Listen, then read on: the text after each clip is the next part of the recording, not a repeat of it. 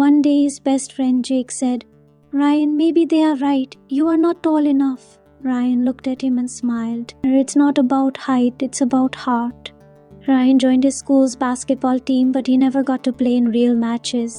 He was always on the bench, watching the taller, stronger players shine. His coach never gave him a chance. One day he decided to train even harder. He started running early in the morning, lifting small weights and practicing his jumps.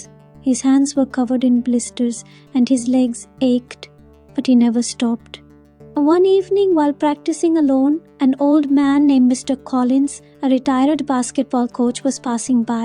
He watched Ryan and said, "You have something special, kid. You have determination." Ryan was surprised. "But I'm too short to be a great player." Mr. Collins shook his head. "Basketball is not just about height.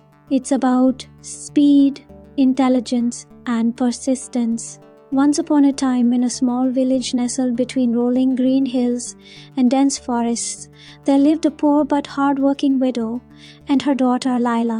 Their cottage was humble, their meals simple, but they had each other, and that was enough. Lila was known for her beauty, with golden brown hair that shone in the sunlight and kind green eyes. However, her true strength lay in her kindness and intelligence. One afternoon, as Lila's mother sat outside their home spinning wool, a noble woman traveling through the village stopped to rest. She watched the woman work and soon noticed Lila nearby, humming a soft tune as she helped prepare supper. "Your daughter is lovely," the noble woman remarked. "Does she have any special talents?" Pleased by the attention and eager to make her daughter sound remarkable, the mother made a foolish boast. "Oh, but Lila is not just beautiful," she said proudly. "She can spin straw into gold." The noblewoman's eyes widened in surprise. "Is that so?" she asked, a curious smile forming on her lips. Before the mother could take back her words, the noblewoman ordered her guards to take Lila to the palace. "The king will want to see this miracle for himself," she declared. Lila protested, but it was no use. By nightfall, she was standing in the grand palace before the king himself, a man known for his greed and ambition. He studied her carefully, intrigued by the noblewoman's claim. "If you can truly spin straw into gold," the king said, "then you shall have great rewards. But if you fail, you shall never leave this tower again." With that, he ordered Lila to be locked in a high chamber filled with heaps of straw and a spinning wheel. Door closed with a heavy thud. Lila stared at the spinning wheel, her heart pounding. She had no idea how to turn straw into gold. She sank onto the floor and wept. As Lila sat in despair, a soft knock echoed through the room. She turned, startled. Before her stood an old woman with an enormous foot wrapped in a dark cloak. "Why are you crying, child?" the woman asked kindly. Lila explained her predicament, and the old woman nodded. "I can help you," she said. "I can spin the straw into gold for you, but in return, you must promise me something." "What must I give you?" Lila asked hesitantly. "Nothing for now," the woman replied. "But one day when I come to ask for a favor, you must grant it." Lila had no other choice. She agreed. The old woman hobbled to the spinning wheel, placed her large foot upon the pedal, and began to spin. To Lila's astonishment, golden threads emerged, gleaming under the candlelight. Straw after straw transformed into brilliant gold. By morning, the entire room was filled with golden spools. When the king saw this, his eyes gleamed with greed. "Wonderful!" he exclaimed. "You shall spin again tonight, and if you succeed, you shall become my queen." But this time, the room was twice as large, with twice the amount of straw. Once again, Lila wept.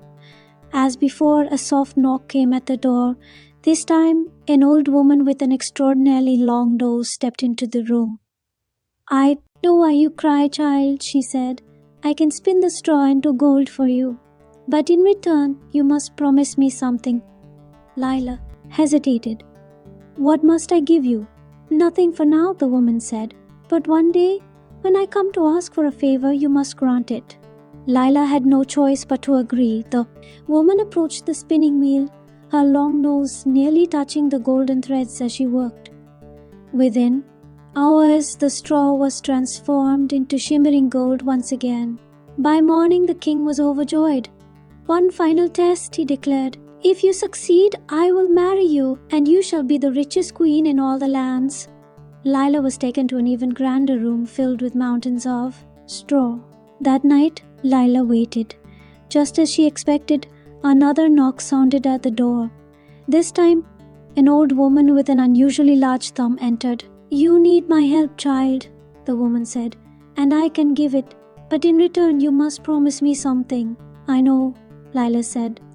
"One day when you come to ask for a favor, I must grant it." The old woman smiled. "Wise girl." She sat at the spinning wheel and, using her large thumb to guide the thread, spun the last of the straw into brilliant gold. By dawn, the room sparkled. The king could hardly contain his excitement. He ordered a grand wedding, and soon Lila became queen. For a year, Lila lived in luxury, though her heart remained troubled. She knew the old women would return one day, and they did. One evening, as Lila sat by her window, the three women appeared before her. "It is time," the woman with the large foot said. "You must grant us our favor." Lila nodded. "Tell me what you wish." The woman with the large foot spoke first. "You must invite us to your palace and introduce us before all your court, saying that I am your dearest aunt." Lila was surprised but agreed. The woman with the long nose stepped forward. "You must tell the court that I am your beloved cousin." Again, Lila agreed. Finally, the woman with the large thumb said, "And you must say that I am your cherished sister." Though puzzled, Lila consented. The next day, a grand feast was held. Before all the nobles, Lila introduced the three women as her family. The king, shocked by their unusual appearances, asked, "Why do they look this way?" With a knowing smile, the first woman lifted her large foot and said, "From spinning too much." The second woman tapped her long nose, "From leaning too close to the threads." The third woman raised her large thumb, "From guiding the golden strands." The king turned to Lila, horrified. "Will spinning do this to you?" Lila simply nodded. "Then you must never spin again," the king declared. The three women smiled and disappeared, their debt repaid. From that day on, Lila ruled as a wise and just queen. She never spun another thread, but instead used her wit and kindness to bring prosperity to the kingdom. And so, the three gold spinners vanished into legend, their tale passed down for generations. For true wealth, as Lila learned, is not found in gold, but in wisdom, kindness, and the promises we keep.